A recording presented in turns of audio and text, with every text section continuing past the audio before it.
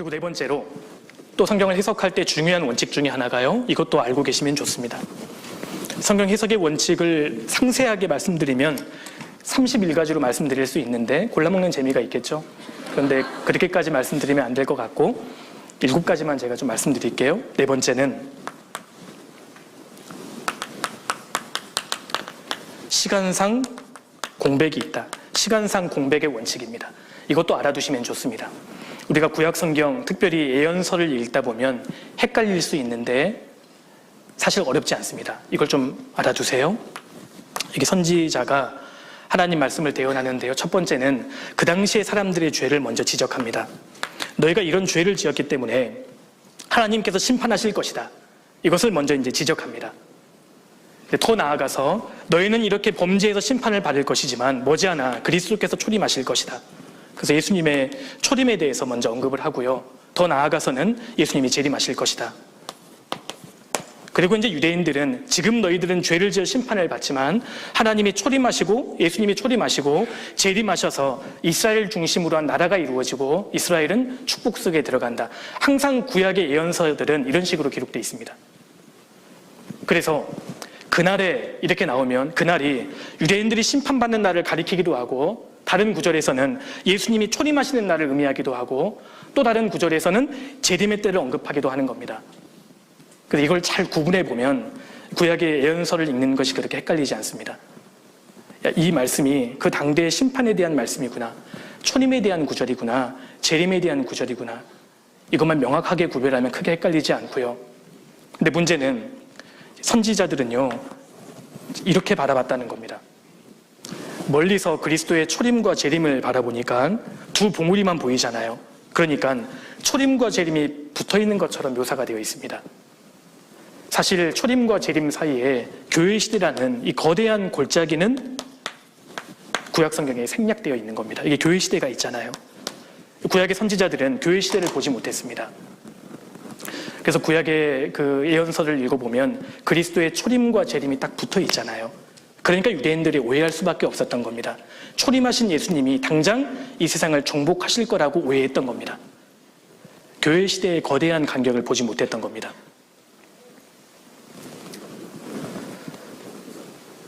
그래서 이제 이 초림과 재림 자체가 붙어 있는 것처럼, 그래서 어떤 구절은요 무엇과 무엇 이런 진술이 나왔을 때 이 과 사이에 시간상 2000년 공백이 있는 겁니다.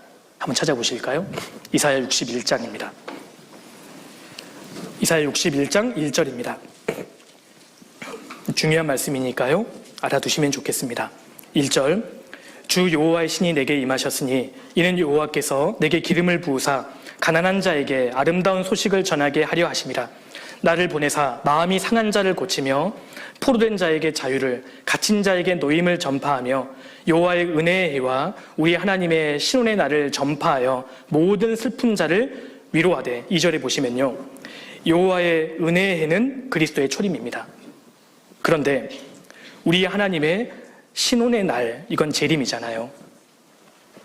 하나님이 신혼하시고 모든 사람에게 행한 대로 갚아주시는 그때는 재림이지 않습니까?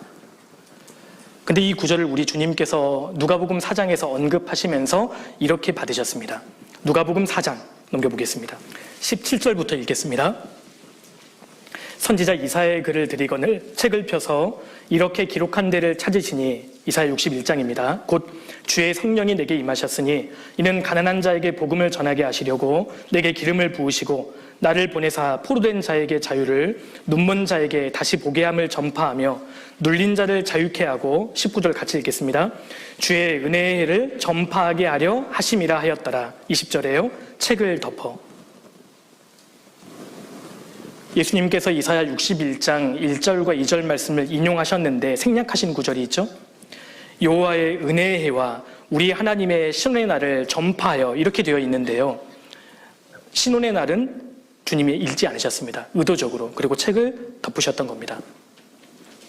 왜냐하면 재림 때 이루어지는 말씀이니까요. 그러니까 이스라엘 민족도 구약 성경을 보다가 헷갈렸던 이유가 초림과 재림이 붙어 있었기 때문이었습니다. 근데 주님의 초림과 재림은 상당한 시간적인 간격이 있다. 시간상의 공백의 원칙, 이것을 염두하고 성경을 읽으면 그렇게 헷갈리지 않습니다. 다니엘도 마찬가지죠. 다니엘도 지금 그 바벨론, 페르시아, 헬라, 로마까지 그리스도의 초림까지 딱 이야기하고요. 갑자기 건너뛰어서 재림의 때를 언급하지 않습니까? 다니엘서 9장 70일의 예언을 보면 26절까지는 초림에 대한 얘기인데요. 27절부터 갑자기 그가 적그리스도잖아요. 재림의 때를 언급하고 있습니다. 다른 선지자들도 마찬가지입니다.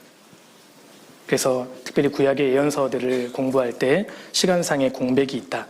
구약 성경은 그리스도의 초림과 재림 중심으로 기록되어 있고 그 사이에 시간상의 이 공백이 있다. 그것이 바로 교회 시대이다. 이것을 이해하면 성경 해석하는데 훨씬 수월할 수 있습니다. 여기까지 이해되시죠? 다섯 번째로, 또 성경을 해석할 때 우리가 알아두어야 할 것은 분별의 원칙입니다. 그러니까 말씀, 하나님께서 차이를 두신 게 있습니다. 명확하게 차이를 두시는 것에 대해서 분별하면서 성경을 해석해야 한다는 건데요. 하나님께서 여러 가지의 차이를 두셨지만 우리가 명확하게 알아야 할 그 차이는 바로 은혜와 율법에 대한 차이입니다. 이것을 명확하게 우리가 구분 지을 수 있어야 합니다. 그러니까 이렇게 되어 있죠. 성경 서신서가 복잡하게 기록되어 있는 것 같지만 사실 말하고 있는 바는 아주 단순합니다. 자, 이렇게 정리해 볼 수 있습니다. 이게 이제 믿음줄이라고 가정해 보겠습니다. 믿음으로 구원을 받죠. 구원입니다. 오른쪽이 천국이고요. 왼쪽이 지옥이라고 가정해 보겠습니다. 믿음으로 구원을 받은 사람은 행위와 상관없이 천국에 가잖아요. 그렇지 못한 사람은 이제 지옥에 가는데 이것이 이제 행위선입니다. 행위선은 이렇게 되어 있습니다. 이게 이제 행위인데요. 행위. 구원을 받지 못한 사람은 지옥에 가는데 범한 죄가 많으면 많을수록 형벌이 그만큼 커지죠. 형벌이 많아질 수밖에 없습니다. 혈벌이 뭘까요? 죄송합니다. 형벌이 커질 수밖에 없고 지은 죄가 그만큼 작아지면 형벌이 이제 작아지는 겁니다. 그러나 지옥 자체는 피할 수 없죠. 구원받은 사람은 행위에 따라서 상급을 받게 되는 겁니다. 구원을 받은 이후에 진리 가운데 살아가는 것이 많으면 많을수록 행한 대로 하나님이 상급으로 갚아주시죠. 상급은 많아지고 반대로 상급이 줄어들 수밖에 없는 겁니다. 그러니까 상급이 많고 적어지는 것은 행위와 관련이 있는 겁니다. 지옥 가서 받는 형벌이 커지고 작아지는 것은 형벌에 따라서 심판을 받는 것이지만 천국 자체에 들어가느냐 그렇지 못하느냐는 형벌과는 행위와는 무관한 거예요. 믿음입니다. 믿음. 천국에 들어가기 위해서는 죄가 홀이라도 없어야 하는데 우리는 불가능하지 않습니까? 예수님께서 이 땅에 오셔서 우리의 죄를 대속하시고 십자가에 죽으시고 부활하셨고 그 주님의 공로를 받아들이면, 다시 말해 믿으면 천국 갈 수 있도록 방법을 정하셨지 않습니까? 믿음으로 천국 가는 것이고 행위는 받는 형벌과 상급과 관련이 있는 겁니다. 서신서가 결국 이 말을 하고 있는 거잖아요. 성경은 복잡하지 않습니다. 서신서가 결국 이 얘기를 하고 있고 이 이야기를 더 구체적으로 예시로 설명하는 게 사복음서고 실물 교훈으로 설명한 게 구약 성경이지 않습니까? 성경은 복잡한 내용이 아닙니다. 사실 간단하게 되어 있습니다. 그런데 왜 복잡한 사건과 비유와 상징이 있느냐? 초등학교 학생들이 보는 책일수록 그림이 많이 들어가 있잖아요. 하나님께서 인간에게 이것을 이해시키려고 많은 애화와 사건과 제사를 통해서 우리에게 설명하셨다 그 말입니다. 아주 간단하게 되어 있습니다. 간단하게. 그래서 하나님께서 차이를 두신 것, 율법과 은혜입니다. 율법과 은혜, 믿음과 행위, 이 차이만 잘 구분해도 성경을 우리가 크게 헷갈리지 않게 볼 수 있습니다. 그러니까 이렇게 되어 있죠. 보십시오. 여기 하나님의 의의가 있습니다.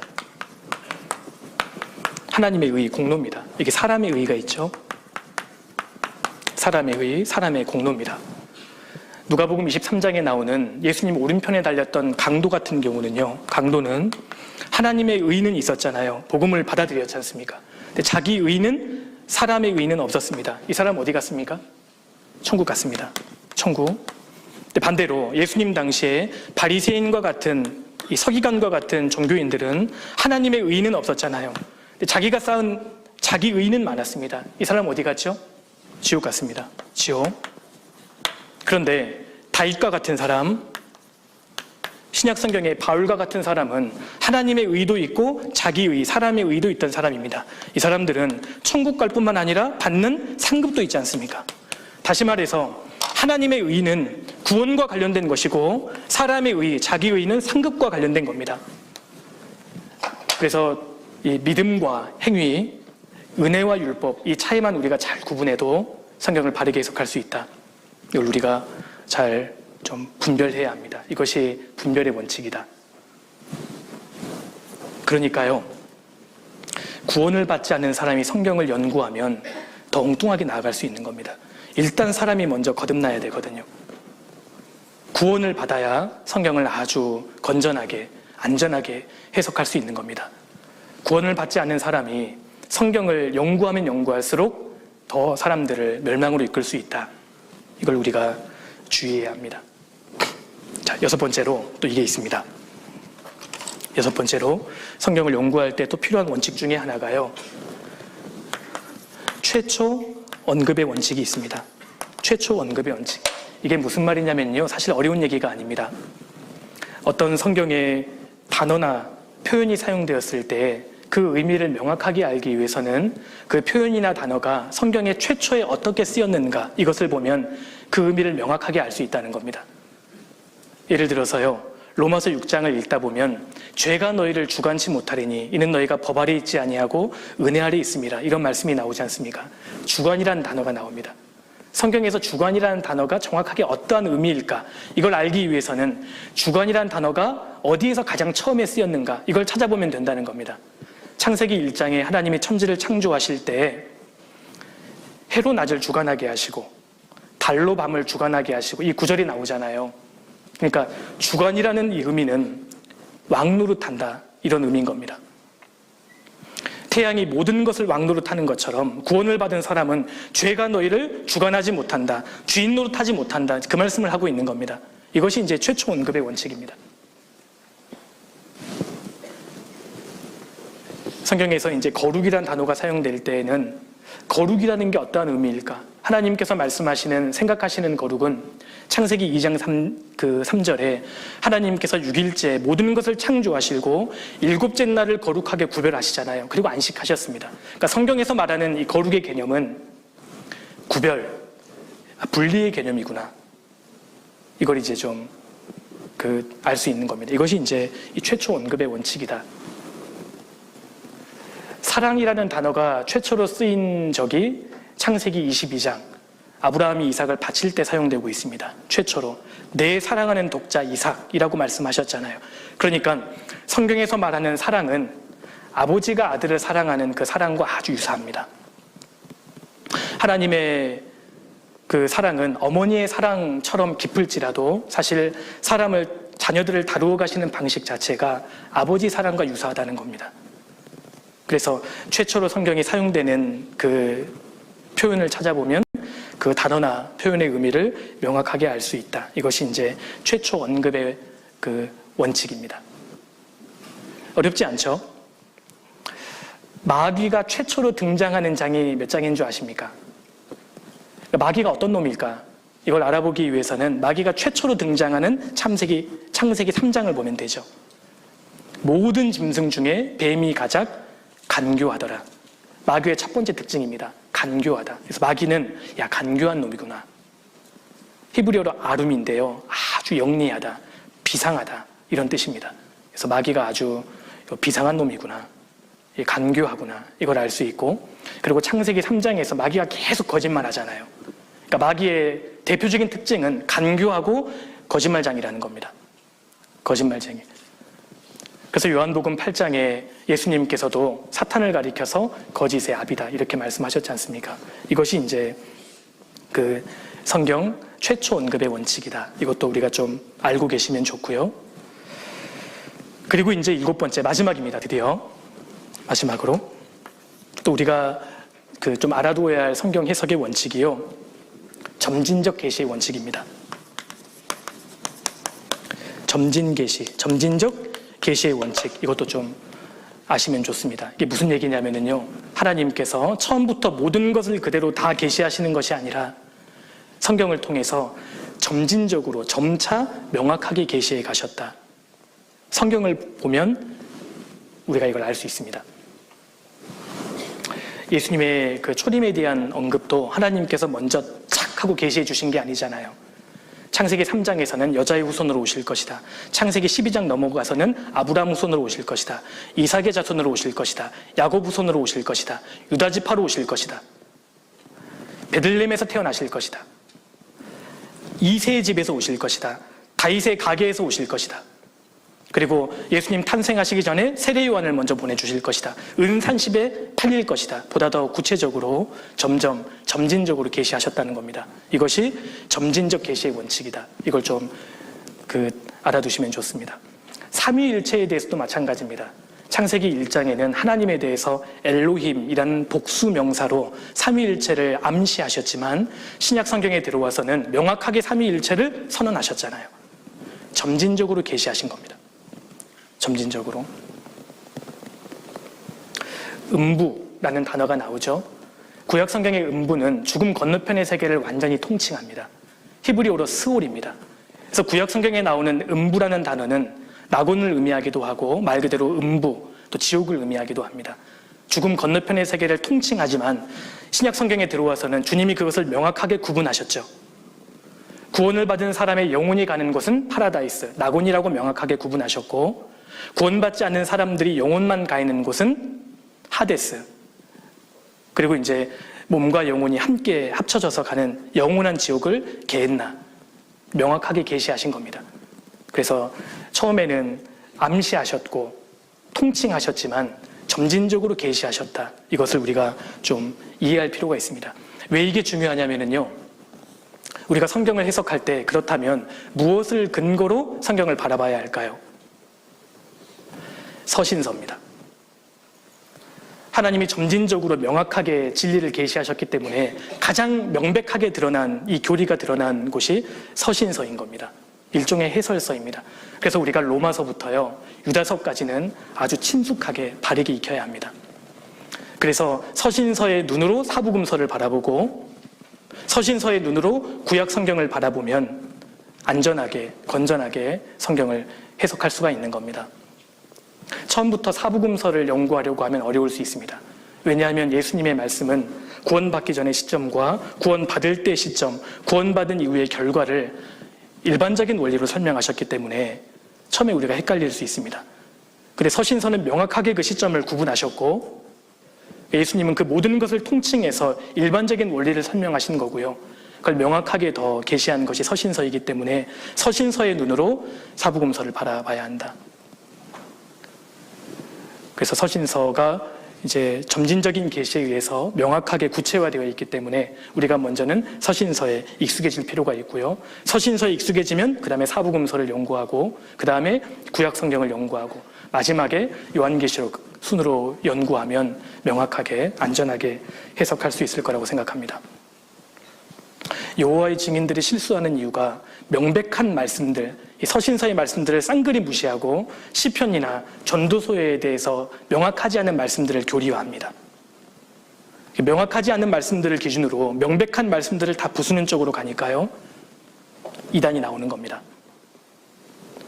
그래서 우리가 가장 익숙해져야 되는 첫 번째 이 성경은 서신서이다. 이걸 우리가 좀 알아두시면 좋겠습니다. 마태복음은 어려운 책에 속합니다. 서신서의 눈으로 마태복음을 해석해야 합니다.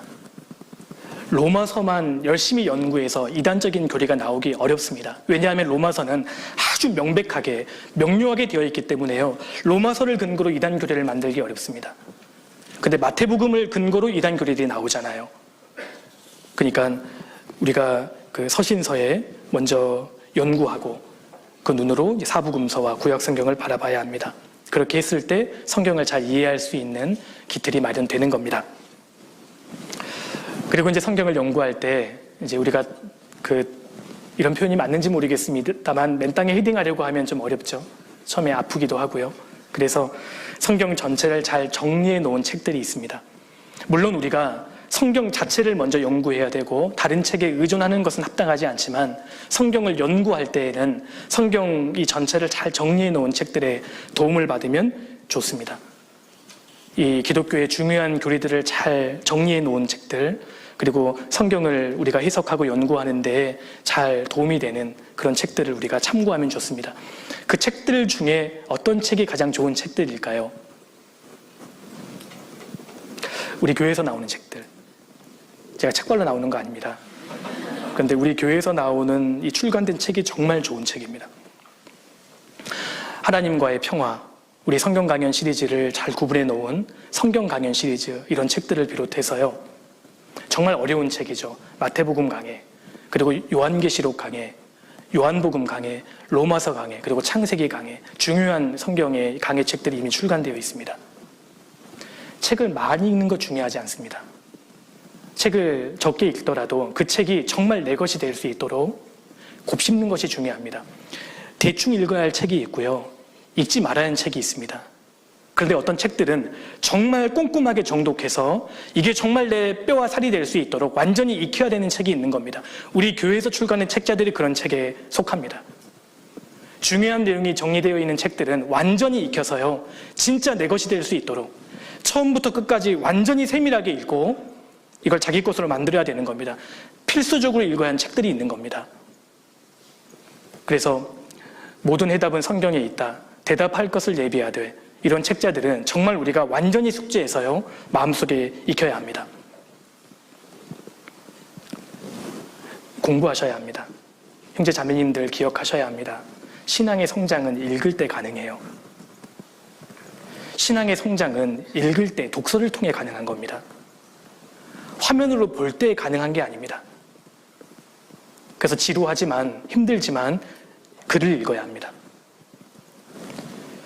그리고 이제 출애굽기 성막에 대한 부분을 읽을 때 혼자 읽으면 너무 어렵잖아요. 이미 성막에 대해서 잘 연구해 놓은 책들이 있지 않습니까? 가령 황금의 집이라든지 이런 책들을 참고해서 또 목사님들에게 추천을 받아서 책을 좀 읽는다면 성경을 이해하는데 훨씬 좀 도움이 될 거라고 생각합니다. 요즘은 책을 읽지 않은 시대입니다. 워낙 볼 것이 많고 영상 매체가 많으니까요, 글과 아주 익숙하지 않은 시대잖아요. 그림을 자꾸 볼수록 글과는 멀어집니다. 왜 우리 시대의 청년들이 책을 읽지 않을까? 왜 생각의 깊이가 이렇게 얕아져 있을까? 볼 것이 너무 많기 때문입니다. 읽으면서 신앙이 성장하는 거예요. 그래서 특별히 교회에서 나오는 책들을 참고해서 성경을 연구하는 데 많은 도움이 될 거라고 생각합니다. 책을 많이 읽는 거 중요하지 않습니다. 적게 읽더라도 중요한 책을 완전히 숙지할 수 있도록, 그리고 책 중에는 신령한 책들도 있습니다. 그런 책들을 읽지 않는 게 좋습니다. 그 신령한 책들, 그 책을 읽으면 금방 신앙이 성장할 것 같고 뭔가를 터득할 것 같고, 그런 책들은 멀리하는 게 좋아요. 성경 자체를 읽으면 믿음의 분량에 따라 하나님이 성장시켜 주십니다.